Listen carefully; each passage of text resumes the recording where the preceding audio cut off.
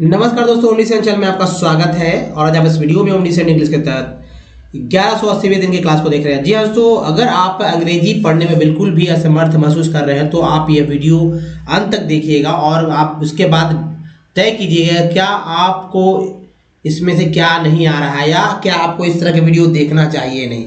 बहुत ही इंपॉर्टेंट है आसानी से अंग्रेजी पढ़ना। तो ये आपने जैसा कि देखा टेक्स्ट में कि भाई ओ लेटर वाला वर्ड्स को मैंने डाला है क्योंकि यही जो है इम्पोर्टेंट होता है कि जो चेंजेस होते हैं। बाकी सब जो है बेसिक बातें हैं, तो बेसिक बातें भी जरूरी है कुछ नए बातों के साथ, ताकि आपकी समझ हमेशा डेवलप होता रहे। तो चलिए शुरू करते हैं। अब देखिए सबसे पहले कॉन्सोनेंट के जान लेते हैं। कॉन्सोनेंट किसे कहते हैं दोस्तों? ए से लेकर जेड। जी हाँ, तो ए से लेकर जेड में 26 लेटर होते हैं और इसी 26 लेटर के अंदर से जो है अगर ए ई आई ओ यू को हटा दें, जिसकी संख्या 5 है, आपने देखा भी, इसे वॉवेल कहते हैं। और इन वॉवेल, ठीक है, इन वॉवेल के अलावा जितने सारे लेटर्स बच जाते हैं जैसे कि बी से B C D F G H J K L M N P Q R S T V W X यानी कि एक्स वाई जेड। तो ये सब क्या है? इन सभी को क्या बोला जाता है? कॉन्सोनेंट। ये व्यंजन ऐसा नहीं है। आप समझ चुके होंगे आप कि व्यंजन जो है वो अलग है, लेकिन फिर भी समानता है, इस वजह से कंफ्यूजन है। एक बात मैं आपको यहाँ बताऊँ, आपको ध्यान में रखने के लिए, कि इस बात को आप बहुत ही समझ के या ध्यान में रखिए कि ये जो वर्ड्स हैं, ये वर्ड जैसे आप एकदम ईजी नहीं है। जैसे ईजी नहीं है, जैसे मान लीजिए कि A B A C U S abacus. तो यहाँ मैंने एबेकस लिख दिया, यहाँ पर आप अच्छे से देखिए, क्लीन करते हैं तो ये एबेकस लिखा हुआ, लेकिन यहाँ पर आप देख रहे हैं कि सिर्फ इसमें ए बोल रहे हैं, बी को बी नहीं बोल रहे हैं, ब बोल रहे हैं, ए को ए नहीं बोल रहे हैं, अ बोल रहे हैं, सी को क बोल रहे हैं, सी नहीं बोल रहे हैं, यू को यू नहीं बोल रहे हैं, अ बोल रहे हैं, एस को एस नहीं बोल रहे हैं, स बोल रहे हैं। क्या बोल रहे हैं? एबेकस, एबेकस, ऐसे ये उच्चारण कर रहे हैं। लेकिन जो यहाँ लिखा हुआ है, आप इस पे बहुत ध्यान पूर्वक देखिए कि ये क्या है। तो आप कहेंगे स है, लेकिन स बोलते हो, ये एस है, ये यू है, सी है, ए है, बी है, ए है, सिर्फ यहाँ पर है, बाकी सभी जगह डिफरेंट है। तो वर्ड पढ़ते समय आप इस बात का ध्यान नहीं रखते हैं तो ही दिक्कत है। लेकिन कहीं ना कहीं आप इससे भी परिचित हैं, चाहे इनडायरेक्टली ही सही, प्रत्यक्ष रूप से आपको इसकी जानकारी है, आपके दिमाग में है, तभी तो आप पढ़ते हैं ओ डबल एफ को ऑफ, ठीक है ना, या एन ओ को नो पढ़ते हैं, या आप पढ़ लेते हैं T H I S this, पढ़ते हैं आप, सभी लोग जानते हैं। दोस्तों आपको क्या करना है कि सभी उच्चारण वाले जो अक्षर हैं, जो जिस कॉन्सोनेंट के साथ जो अक्षर हैं, उनको आप अच्छे से याद कर लीजिए। कम से कम इतना तो जरूर आपको करना ही है, नहीं तो आपको आने वाले समय में दिक्कत होगी। दूसरी बात, कॉन्सोनेंट के बाद जो है वॉवेल पे आते हैं। तो वॉवेल जो है हमेशा से जो है हमेशा से आपके दिमाग में रहना चाहिए, या रहता है तभी आप पढ़ पाते हैं। जैसे कि कोई भी वर्ड मीनिंग जब है अकेले मतलब कॉन्सोनेंट से नहीं बनेगा। जब भी कभी भी कोई वर्ड बनेगा तो इन वॉवेल का प्रयोग उनके आगे पीछे होगा ही होगा, और इसी से एक वर्ड बनता है। तो इनको आप अच्छे से याद रखिए। यहाँ पर भी एग्जाम्पल मैंने दे रखा है कि भाई कौन कौन से उच्चारण है। जैसे ए को क्या क्या बोलेंगे? तो ए को आ बोलेंगे, ए को आ बोलेंगे, ए को ए बोलेंगे और ए को ए बोलेंगे। ई को क्या बोलेंगे? तो आ बोलेंगे, आ बोलेंगे, ई बोलेंगे, ई बोलेंगे और ए बोलेंगे। आई को क्या बोलेंगे? तो आ बोलेंगे, आ बोलेंगे, ई बोलेंगे या आई भी बोलेंगे। ओ को क्या बोलेंगे? तो आ ऊ ओ बोलेंगे। यू को क्या बोलेंगे? आ यू ई यू। डबल ओ को आ ऊ ओ और वो। तभी तो अलग अलग वर्ड्स दुनिया में, मान लीजिए कि एक डिक्शनरी में अगर मान लीजिए कि 1 लाख वर्ड है, मिनिमम की बात कर रहे हैं, हाल ज़्यादा होगा, 1 लाख वर्ड है, तो क्या 1 लाख वर्ड जो है, 1 लाख वर्ड एक ही तरह से बोला जा रहा है क्या? हर एक वर्ड अपने में यूनिक वर्ड है और अलग अलग तरह से बोले जाते हैं। इसी की वजह से ये वॉवेल ही आपको डिफरेंसेस ज़्यादा पैदा कर देती है। और इन सब का एक और जोड़ है, इन सबको एक साथ अगर जोड़ की बात की जाए तो 64 पार्ट्स ऑफ वर्ड को समझना होगा। देखिए 64 पार्ट्स, पार्ट्स का मतलब होता है हिस्सा। किसका हिस्सा? तो वर्ड का हिस्सा, वर्ड मीनिंग का हिस्सा, ठीक है। वर्ड वर्ड देखिए, वर्ड को पहले यहाँ समझिए कि लेटर में लेटर को जोड़ते जोड़ते, यानी लेटर से बनता है वर्ड, ठीक है, लेटर से बनता है वर्ड, वर्ड से बनता है दोस्तों सेंटेंस, इसके जोड़ने से सेंटेंस, ठीक है, सेंटेंस बनता है, सेंटेंसेस बन जाता है लेटर्स से वर्ड्स, वर्ड से सेंटेंसेस, और फिर जो है मान लीजिए कि टेक्स्ट का एक पैरा बन जाता है, पैराग्राफ हो जाता है, ज़्यादा हो गया पैराग्राफ, उसके बाद जो है तो बुक बन जाता है। तो एक प्रोसेस चलता है। तो पार्ट्स ऑफ वर्ड जो है, वर्ड कहाँ से आया? लेटर से नहीं आया, इसके बीच में एक कड़ी है पार्ट्स का। पार्ट्स यानी एक वर्ड में, यानी ये वर्ड जो है, ये वाला जो वर्ड मीनिंग है, वर्ड कोई वर्ड हो, मान लीजिए कि ये दिस ही लिखा हुआ है, चलिए, तो दिस में एक पार्ट के रूप में काम आ रहा है, ठीक है, आता है। आपको समझ में नहीं आएगा तो यहाँ पर IS है। अगर लिखते हैं, मान लीजिए कि लिखते हैं कुछ वर्ड्स, जैसे सेक्टर लिखते हैं, सेक्टर, तो सेक्टर में जो OR है ये हमारा पार्ट है, सेक भी पार्ट है। अब इससे वर्ड बन जाएगा, सेक्टर हो गया, देखिए वर्ड सेकंड हो गया, ठीक है, सेकंड बोलते हैं, सेकेंडरी हो जाता है, या और क्या हो सकता है,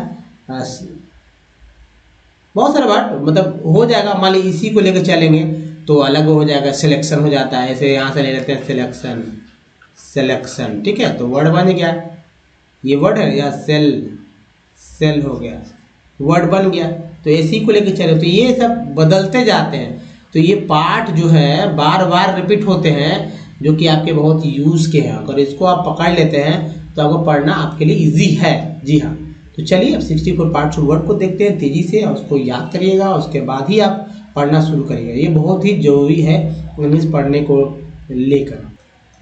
तो इंग्लिश देखिए, इंग्लिश पढ़ना ही नहीं, इंग्लिश को समझना है। तो वर्ड्स को कैसे समझेंगे, वो आप अधिक से अधिक वर्ड मीनिंग देखेंगे, जिसके लिए शॉर्ट्स भी वीडियो मैंने डाल रखे हैं, या हमारे पुराने वीडियो को देखेंगे, प्लेलिस्ट में जाएंगे तो वहाँ पर आपको क से भी ज्ञान तक का है, क से ज्ञान तक का है, और ऐसे जो मतलब कि डेली यूज वाले वर्ड्स है वो भी हैं। तो सारे वर्ड्स जो हैं आपको मिल जाएंगे एक साथ। तो उनको अधिक से अधिक वर्ड मीनिंग को एक बार देखना है। हल्का भी है, भारी है, डिफरेंट है, दोनों तरह से, यानी कि इजी टू डिफिकल्ट है, डिफिकल्ट टू इजी, सब मिल जाएगा आपको।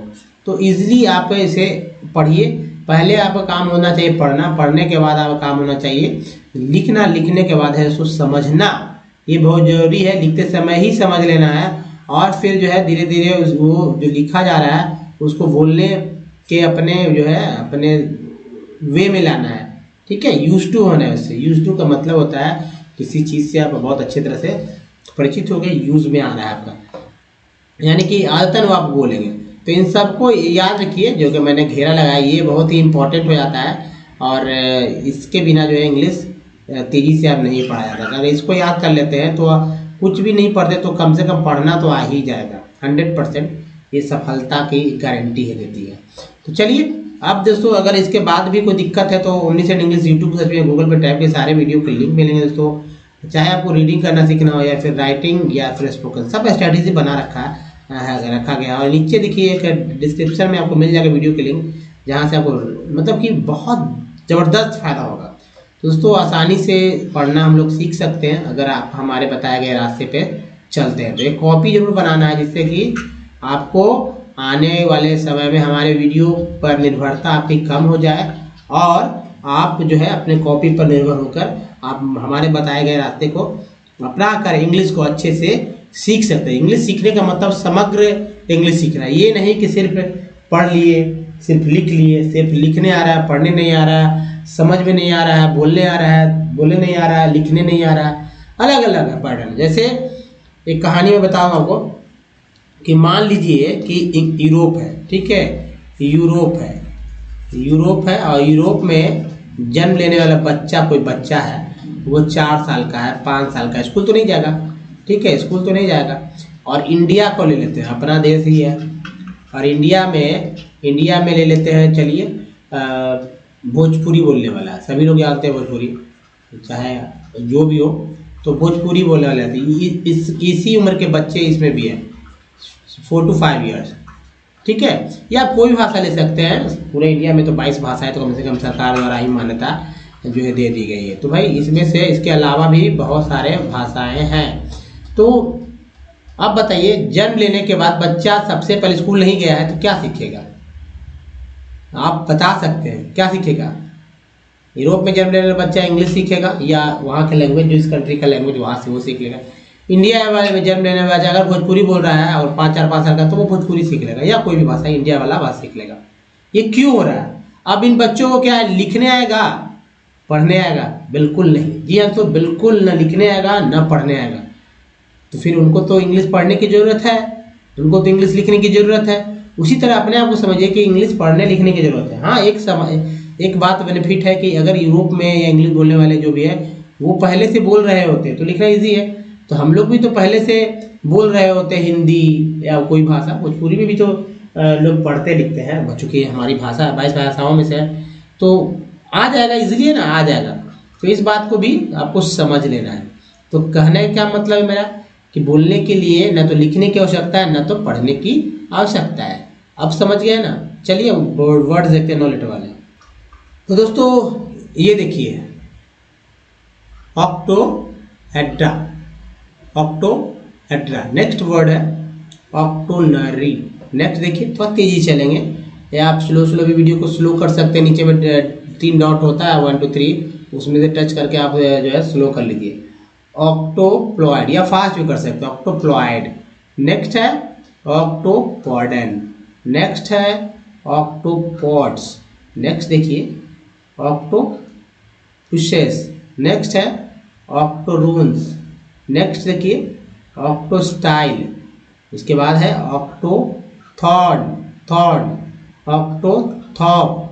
नेक्स्ट है ऑक्टप्लेट्स। नेक्स्ट है ऑक्टप्लिंग।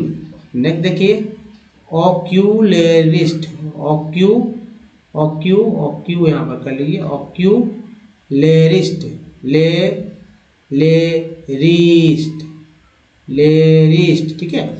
नेक्स्ट है ऑर्डेलिक्स। नेक्स्ट है ऑर्डेलिस्क। नेक्स्ट है ऑड फेलो, ऑडनेसेस, ऑड्स मेकर, ऑडिसाइड्स, ऑडिफेरस, ऑडोग्राफ्स, ऑडोमीटर्स, ऑडोनेटिस्ट और है ऑडोंटोलॉजी। नेक्स्ट देखिए, ये तो ऑडोंटिस्ट। नेक्स्ट ऑडोंटॉइड्स, ऑडोंटोमस, ओडोराइजिंग, ओडो यहाँ एस से भी इजिंग होगा और यहाँ जेड से भी इजिंग होगा। ऑडरसली। नेक्स्ट है ऑडरलेस। नेक्स्ट है ओएक्यूमेनिक, डिपली। नेक्स्ट है ओएडोमीटर, क्या होगा?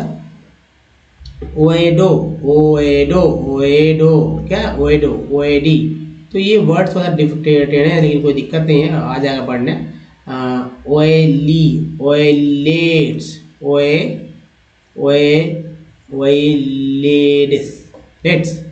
ठीक है, ओएलेट्स।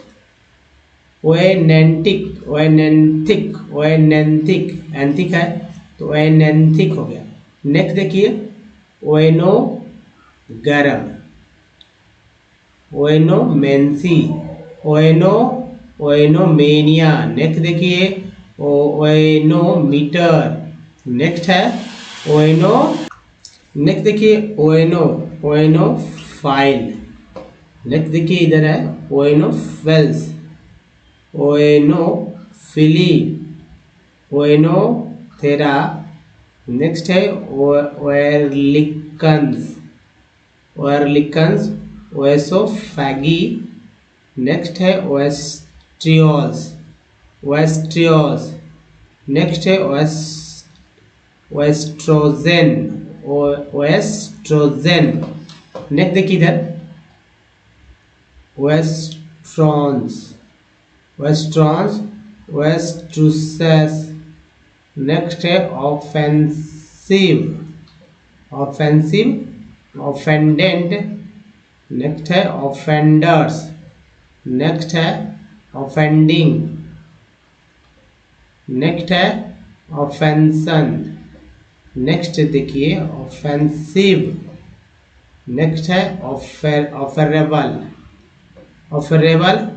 नेक्स्ट है ऑफरिंग्स, ऑफर्ट्री, ऑफर्ट्री और ऑफ हैंडेड।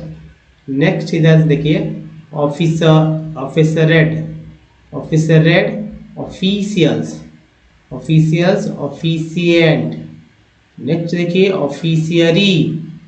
नेक्स्ट है ऑफिशिएट, ऑफिशिएट के बाद है ऑफिशिनल, ऑफिशिनल, ऑफिशियस, ऑफिशियस के बाद है offloaded, offloaded, off print, off saddle.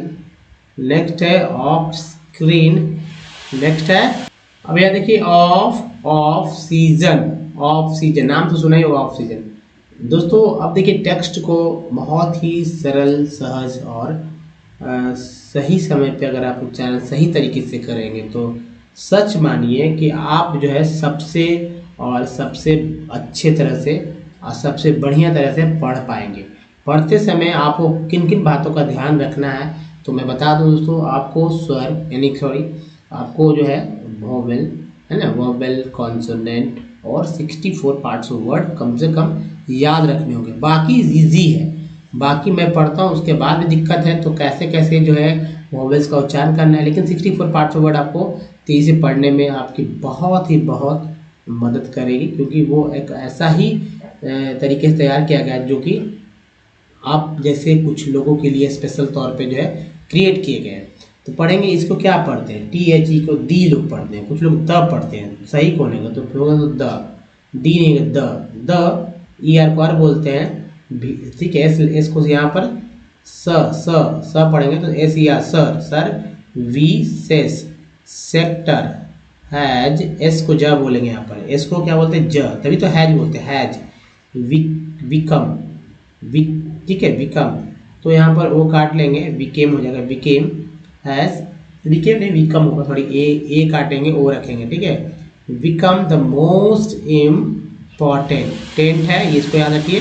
तो दोस्तों यहाँ पर इम और टेंट ये सब क्या है, ये सब पार्ट्स ऑफ द वर्ड है। इन, अब देखिए यहाँ पर पढ़े इन टर्म्स, टर्म एज ले लेंगे, as of total production, most of the working people are also employed in the services sector.